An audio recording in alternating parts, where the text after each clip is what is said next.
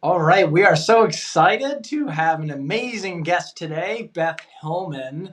And for folks tuning into this podcast, this is the Wilderness Reboot podcast, a transitional support community for wilderness alumni. And so give this episode a really, really good listen because today you're in for a real treat with Beth Hillman, who wears so many hats and titles, and I just can't wait for her to share her story. Who's going to be taking on our parent coach position here at Wilderness Reboot. So, Beth Hellman, how are you today? I'm so good. Thank you for having me. Yeah, no problem. And so, where are you calling in from? I live in Highland, Utah. Highland, Utah, right on. So, we got some time difference. I'm here on the East Coast, and you got the mountains and a little more of the desert, and a little bit, it's a little bit more dynamic out there than the Northeast. That's interesting. The Northeast seems really interesting to me. So, you know, Right. Yeah, the grass is always greener on the other side, that's they, right. they could say. Uh, So we just really want to hear your story, Beth, for folks who don't really know what parent coaching is, who want to hear your journey and the stuff you've seen in the field, and kind of what you bring to our team and what you provide for parents and families. And so, without further ado, we can kind of just go with the flow here. And why don't we just ask you, how did you kind of get into this wilderness space and in parent coaching? yeah, that's a story I actually have come to love. At the beginning, it wasn't very lovely, but I have come to really appreciate, I guess, my origin story. That's what they call it. So my husband and I have five boys. Our fourth son, when he was about 15, got into some serious substance use.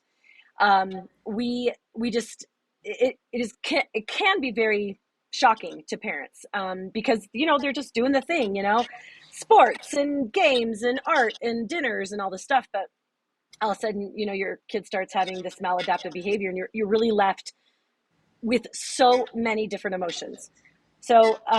But we were able to get our son into wilderness, which was an incredibly amazing opportunity. He did choose to go, which I know a lot of parents don't feel like they have that option. So that's kind of a whole nother story. But he did go, and when he came out, we had all the choices that most parents are faced with. Does he go to an RTC? Does he go to a boarding school? Does he just come home and see a therapist, or inpatient, outpatient? There's so many choices. Um, and I think a lot of parents actually maybe even don't even know how many choices there are. We made a choice to bring our son home for various reasons, and we moved. Kind of crazy. But when this is where I kind of come into the picture is I thought it's not like I said, "Hey, it's all your fault" to my son, but I think I really felt like it was all his fault, because I thought, well, he has other brothers and they turned out, quote, fine. And so I thought, well, who's the odd duck here? It must be my kid. But when I went to the wilderness training, that was for parents. There was only one wilderness training at the wilderness we went to for parents. I went, and I was blown away. They, at that point, were teaching the Arbinger Living with an Outward Mindset seminar. And it was the first time, I know this sounds crazy, but I think so many parents can resonate with this. It was the first time I realized I actually had a part to play. That my responses, my triggers, um, just being who I was, even though that is just fine, was just contributing to the family dynamic. And sometimes that's hard to hear. But I was one, surprised. I was two, it sunk into me, and I felt the truth of it. I thought, okay. And then I realized at that seminar, if I could really admit and recognize that I was part of the problem, then I actually could then choose to become part of the solution. But I did not know how. And so I left that seminar with some nuggets of truth, like, oh my gosh, I think there's something maybe I could do. Because as parents, you tend to feel really hopeless in that spot, because no matter how many times you try to control your your child, it doesn't work. And so Right. you have this constant effort of trying to control your kid, and it doesn't work. They don't comply. They get Gotcha. triggered. They react. And then you're just left thinking, well, there's nothing else to do. Well, that is not true. That's false thinking. So when we brought him, he came home with us after wilderness, but we moved. I was faced with some really deep questions, and they were pretty tough. Like, how have I contributed to our, dysfunctional family dynamic?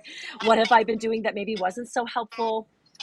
Sometimes parents tend to beat themselves up. I feel like it's just a matter of being curious, and I know that's really tough.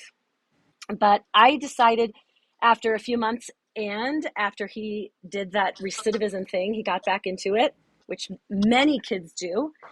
I sort of hit rock bottom and just decided I had to start.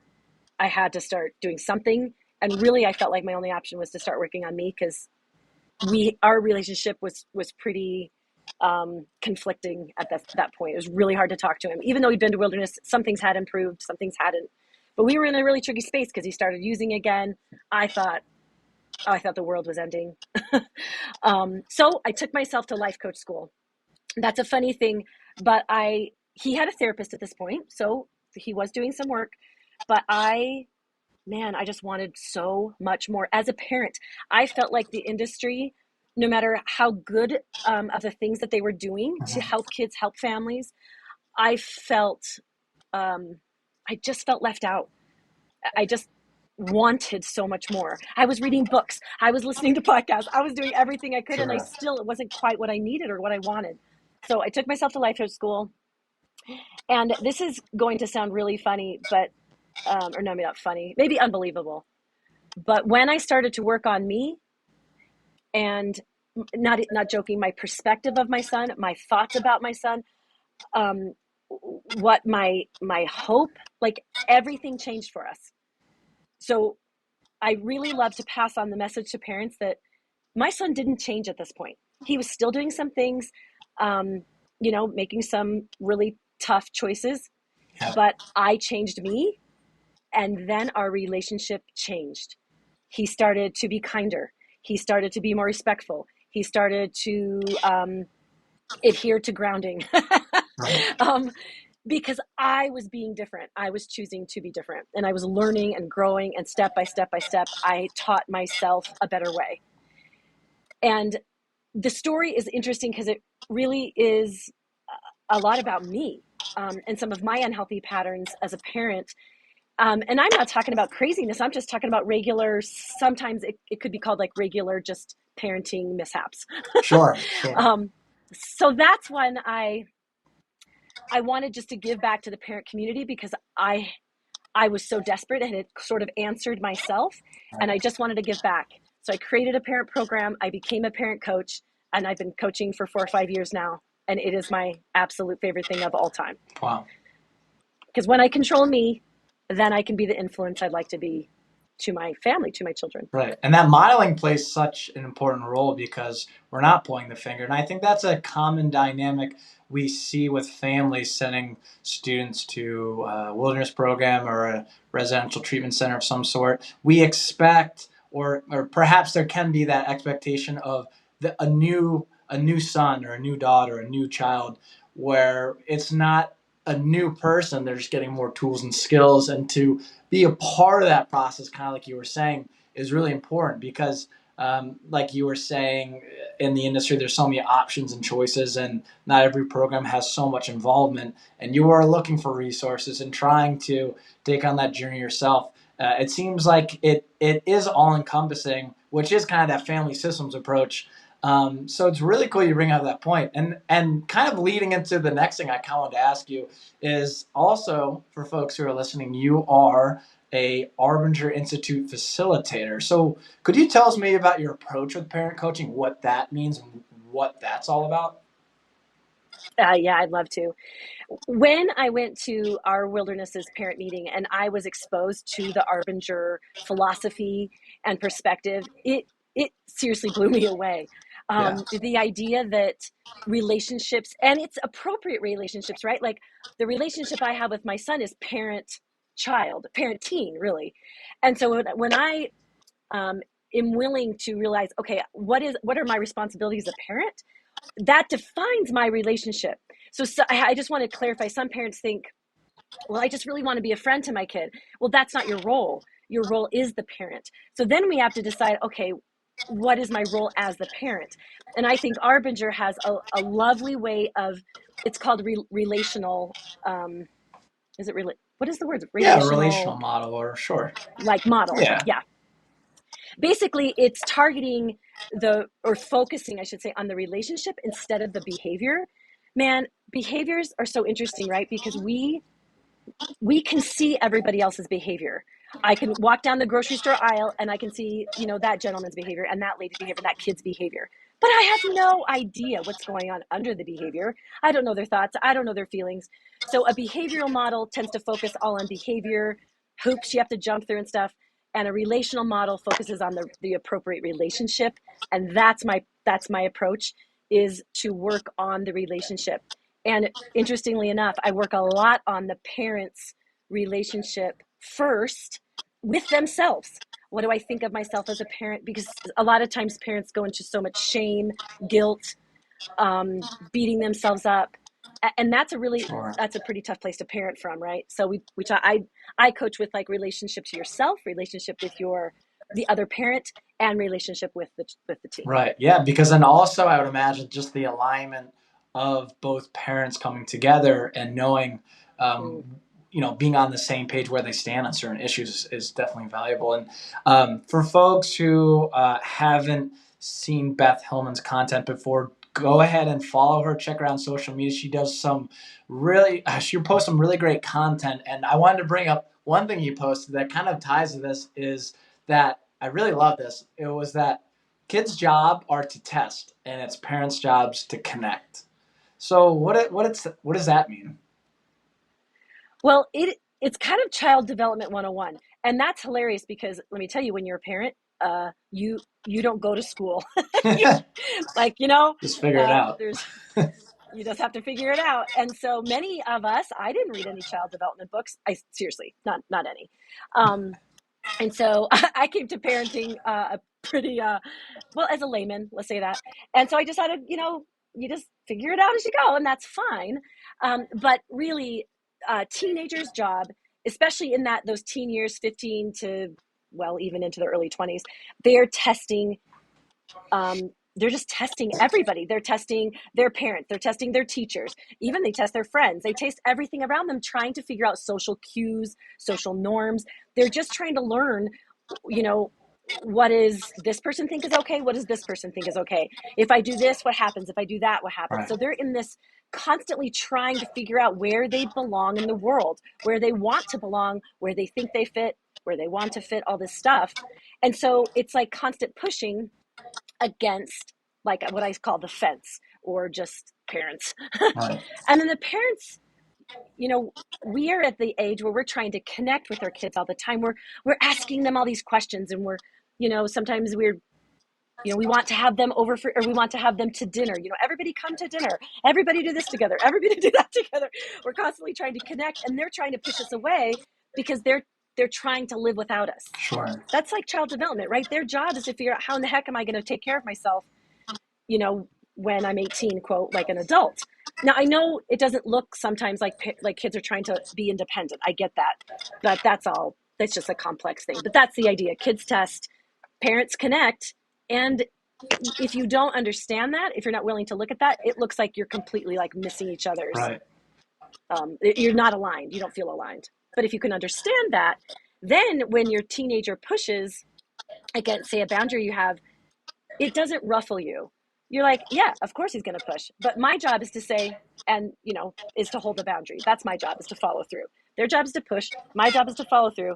It actually works out really great when everybody understands what they're doing. Right. Right. And just having that understanding, that rationale, and that system in place that's intertwined with relationship and connection. Because I think authentically, with my journey, and I know I don't represent everyone and any student going to wilderness, and I never went to wilderness, even though I got into it in other ways, but I was kind of that classic oppositional, defiant teen. And, and there's that classic dynamic of the helicopter parent creates the more rebellious child, and or the more laissez-faire parent who makes a child kind of feel like they can do whatever they want. And so I was always testing those boundaries. And I remember when I was at that Yeah. age, and developmentally you're so impulsive, and that fear of missing out and being with friends, like, if your parents are kind of grounding you and just trying to push back that tension, it just keeps happening if there's nothing else in between. And that's why I think that's so Right. important, that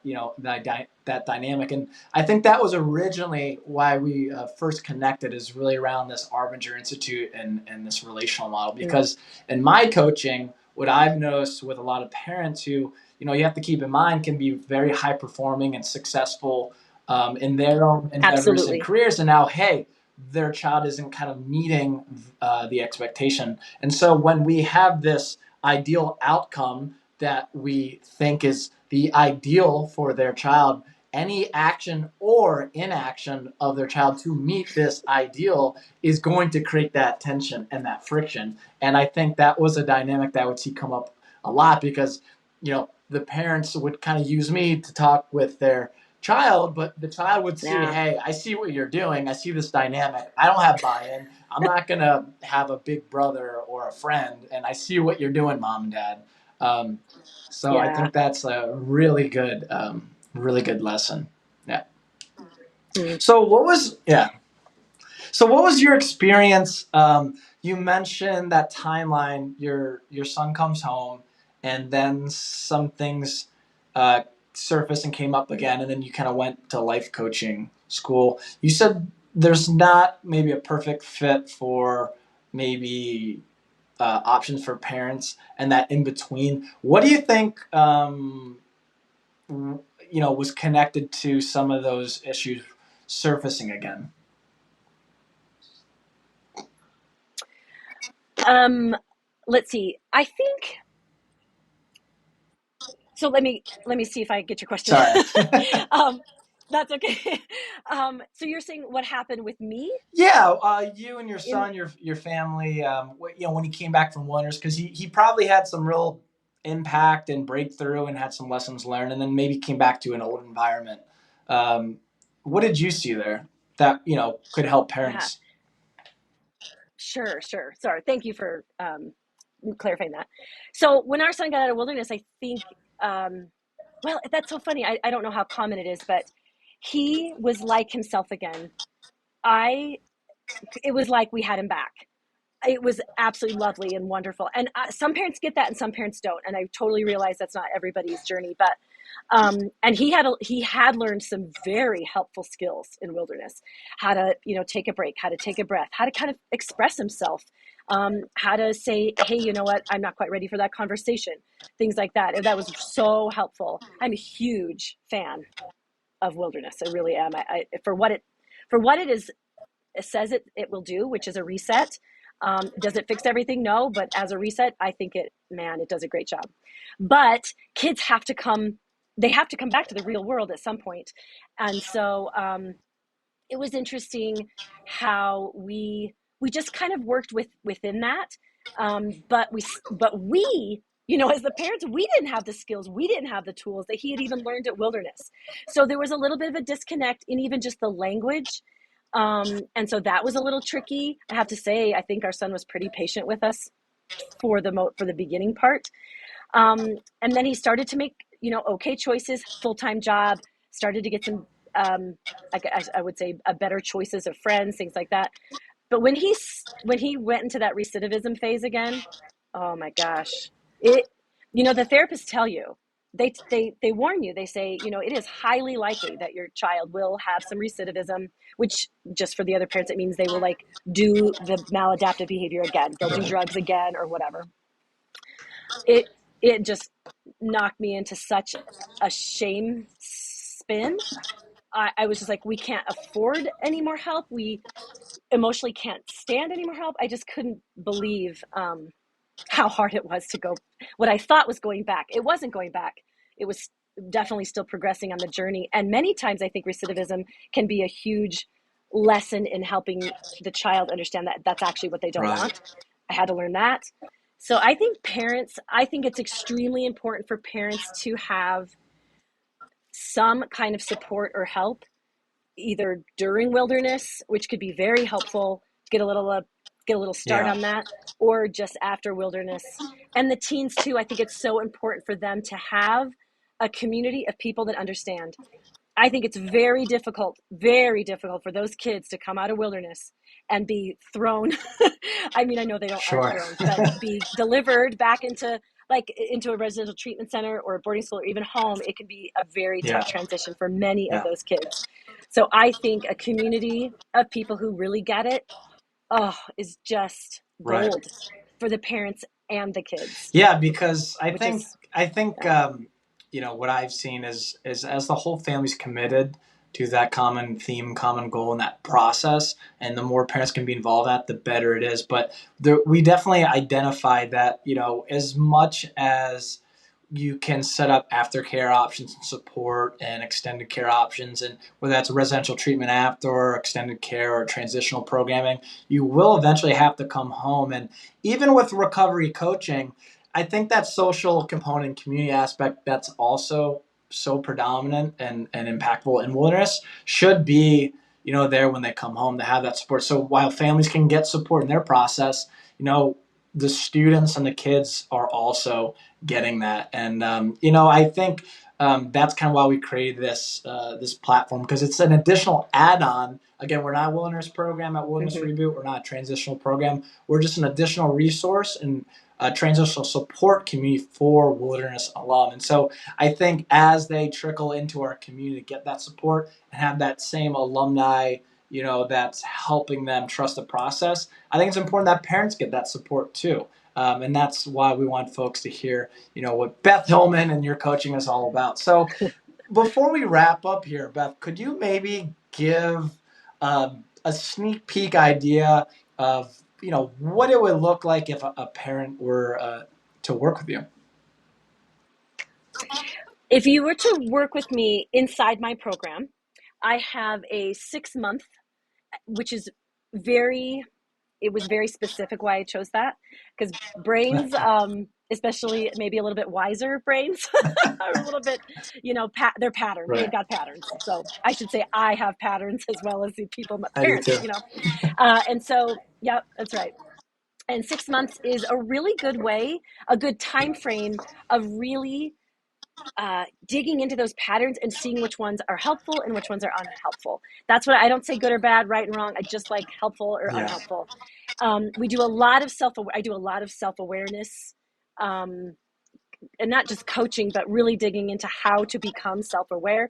I mean, I take it down to how to do it, how to understand your emotions, how to manage them, where to put them when they're done. I go through everything very, very specifically and concisely, because I know from my own journey how, people would kind of say these ideas and give this advice, but I don't feel like anyone was ever saying how, or in the moment just applying it to like my situation with my kid. And that's what I do for parents. I am right there for a good 6 months, when, maybe a crisis hits, maybe it doesn't. Either way, there's always lots to Sure. coach on. And then, so I have modules in my program that do a lot of the teaching. And then once a week, I coach with the parents. We honestly talk about anything Yeah. and everything. Sometimes we talk about the module. Sometimes we talk about their kiddo. Sometimes we talk about the sister that is driving them crazy. It just depends. That's so great. I mean, you mentioned some amazing things, and that's why I wanted to work with you so badly, because I can totally vouch for Beth if you're listening that you're going to get step by step actionable tools and skills in your video trainings. And this is no simple quick fix. Invest, take the time. That's why I like how you have a 6 month program.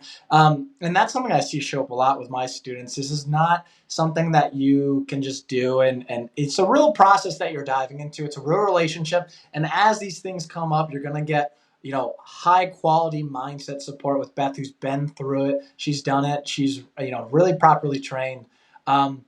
This has been really fun, Beth. Do you want to add anything else as we kind of wrap up here? What would you tell families or parents for maybe their loved ones transitioning out of wilderness? I think one of my first messages is you're just not alone. That was one of the first things I felt was like, I was in shame and guilt and surprise and confusion. I felt so lost. But I want parents to know, please don't feel alone. There are so many parents like you.